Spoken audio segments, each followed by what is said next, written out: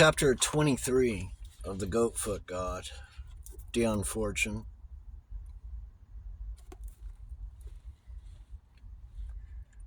Hugh was so late getting down next morning that he had to eat his breakfast by himself, which he hated. You could hear Mona's voice in the back premises talking to silly Lizzie, who appeared to be in a great state of mind. There were occasional interpolations from Bill Pascoe. There did not seem to be exactly a row going on, but things sounded rather crucial. Gradually, it dawned on the listener that the invocation of Pan, on which they were engaged, had not been without results, and that Mona was engaged in persuading silly Lizzie that it was her duty to let Bill Pascoe make an honest woman of her, which, to his credit, he appeared to be quite willing to do. Lizzie appeared to think, however, that as she had fallen into sin, it was her bounden duty to stop there, and that nothing could ever be the same again. He was immensely amused at Mona's matter-of-fact, man-of-the-world attitude in the matter. The reprobate Bill and she were entirely of one mind and seemed to understand each other perfectly and be supporting each other warmly. Lizzie's attitude, on the other hand, was strictly conventional, and she overflowed into a squelching repentance and misery by way of compensating for her previous actions. She was also terrified of Bill's mother. Hugh was not at all sure that Mona was justified in the line she was taking unless it were absolutely necessary. Lizzie would be an exceedingly uneugenic wife, but then Bill would be an exceedingly unhygienic husband. So perhaps it was as well that they should pair off and cancel each other out, rather than make better folk miserable. Finally, Lizzie's blubbering became less stormy, and Bill's jocular basso more in evidence. And presently, Mona left the happy pair to their own devices, came out to join Hugh, where he stood leaning against the doorpost, smoking in the sunshine. Together, they strolled slowly to the seat in the angle of the wall. Hugh gave Mona a cigarette and lit it for her.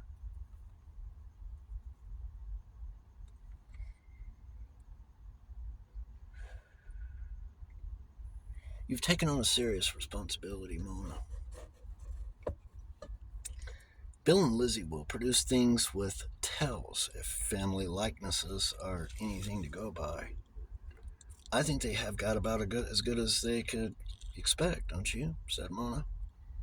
It'd be awful if either of them married anyone decent. Mona, is this the result of the invocation of Pan I did in the chapel yesterday? Yes, I expect so.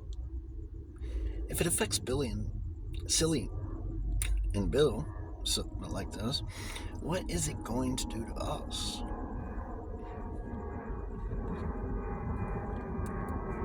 Mona did not answer. I admit, we've got better headpieces than they have, Hugh went on. But it has got to be considered. What are you driving at, Hugh?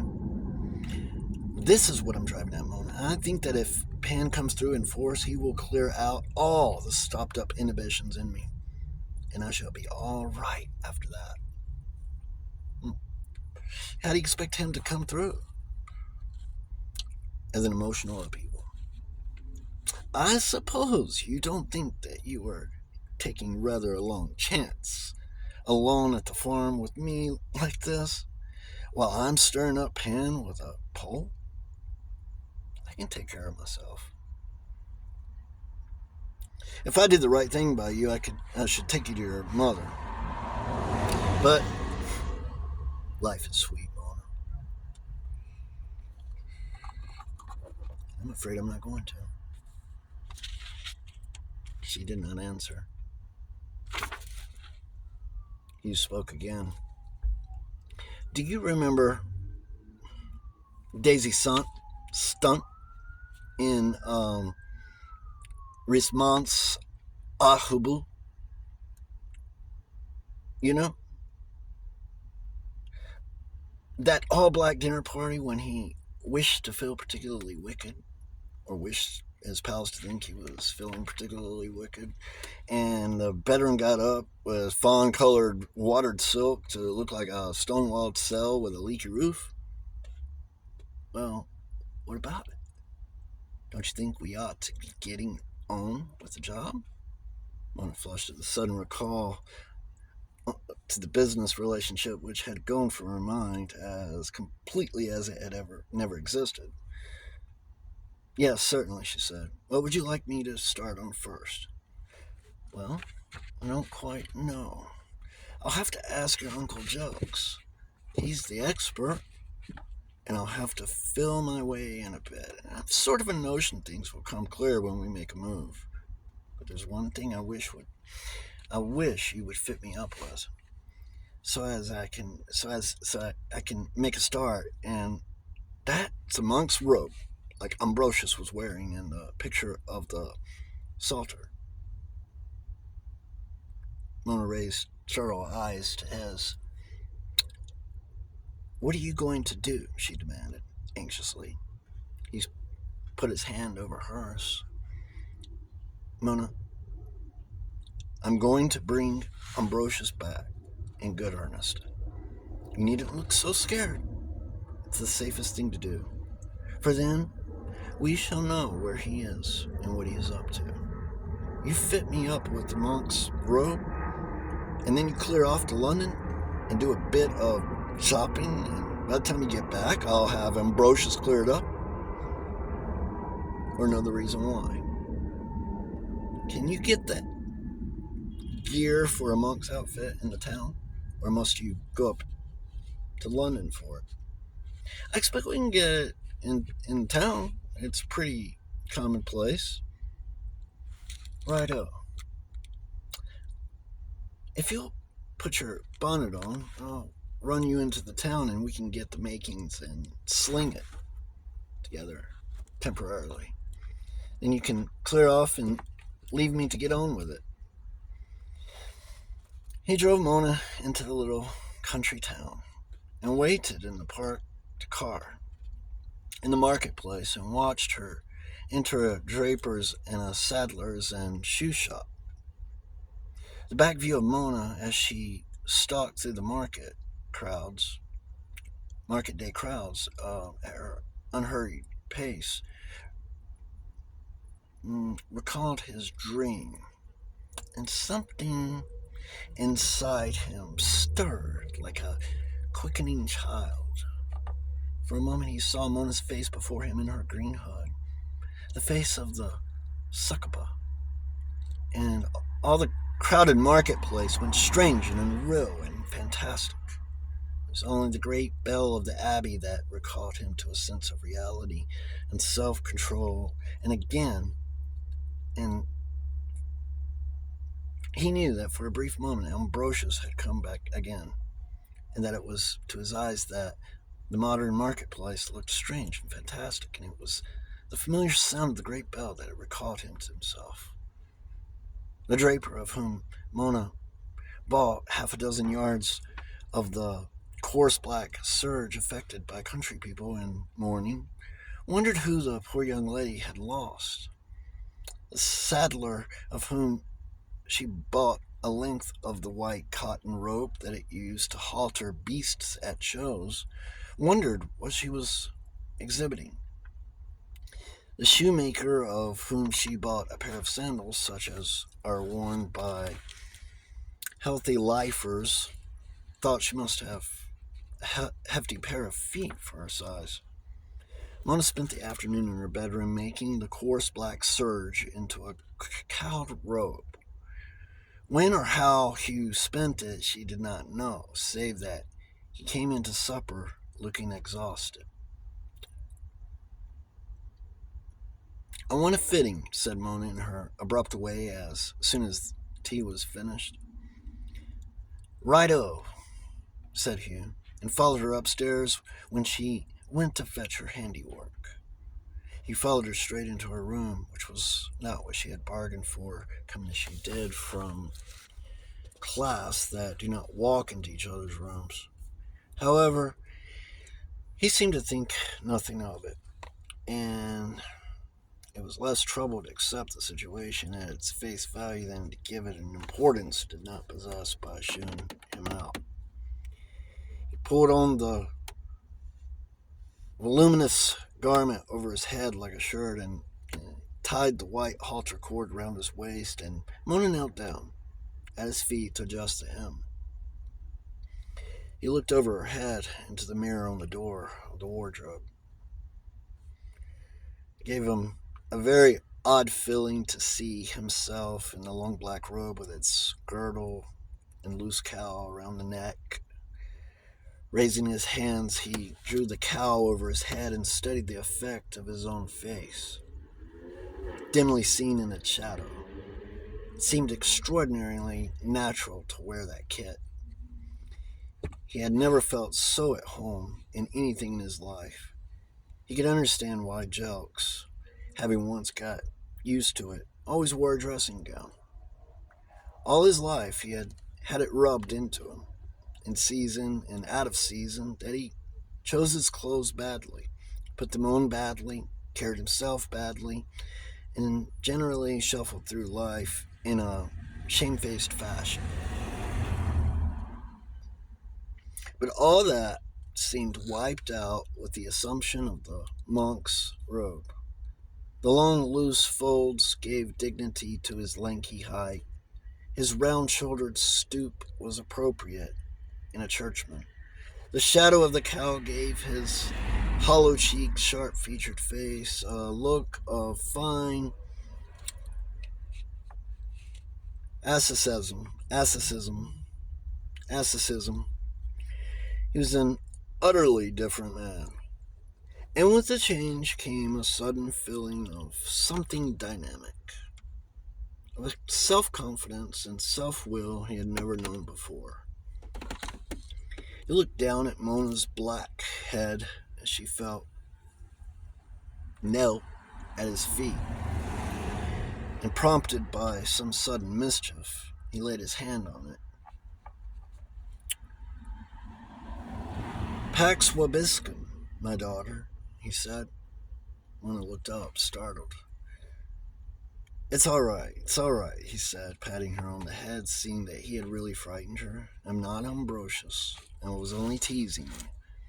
But she continued to crouch at his feet, clutching a fold of his robe. He bent down and put a hand on her shoulder. "What's the matter, Mona?" "I'm frightfully sorry if I scared you. I was only joking. I'm not Ambrosius. You know, I'm Hugh." "You're not the Hugh I know," said Mona. He sat down on the edge of her low divan bed and drew her towards him till she was leaning against his knee.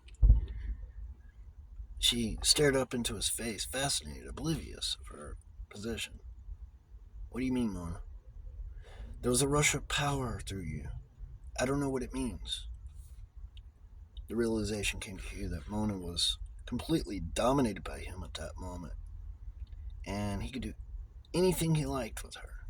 The feeling gave him an extraordinary exhilaration and sense of freedom and power. He felt that he must say something, anything, to assert his new dominion and make it look home. Like home. Like home. "This is my bigger self coming through," he said in a low voice. "I know it is. This is the Ambrosius that won't take no for an answer. This is the Ambrosius who won't get no for an answer," said Mona suddenly. smiled at him in a way she had never done before. He sat motionless, not daring to break the spell, wondering how long it would last before it faded into the light of common day. "Do you know what I'm going to do as soon as my robe is ready?" he said at length. "I'm going into the chapel and I'm going to try and reconstruct the whole thing." "Aren't I coming?" said Mona. "No," said Hugh, "you aren't. I'm taking no chances on Ambrosius. If I were you, I'd lock your door." "But Hugh, you won't solve the problem with Ambrosius.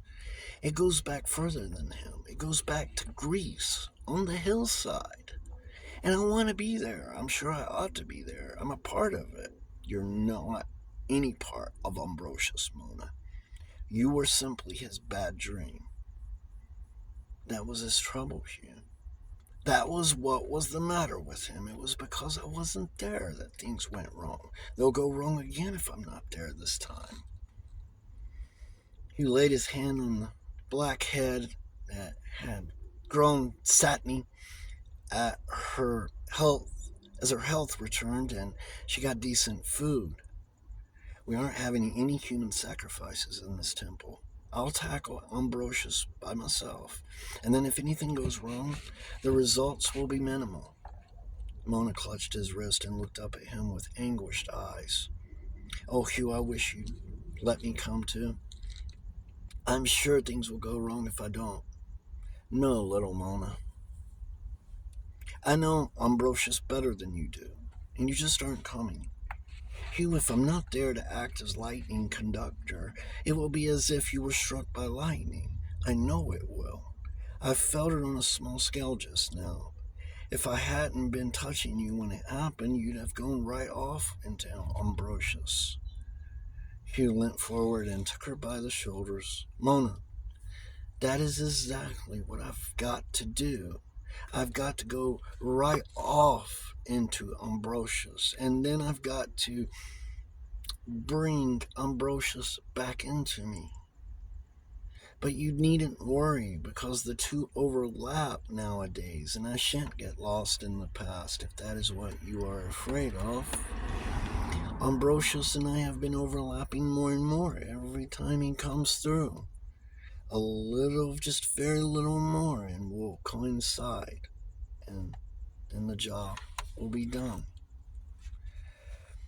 Mona, looking up at his face, Huck featured in the shadow of the cow, knew instinctively that his mental attitude was that of a man accustomed to being obeyed. Like Ambrosius, who had commanded a monastery as big as a small town, not like Hugh Paston, used to being chivied by his womenfolk. That's part one of chapter 23, The Goat for God. Dion Fortune.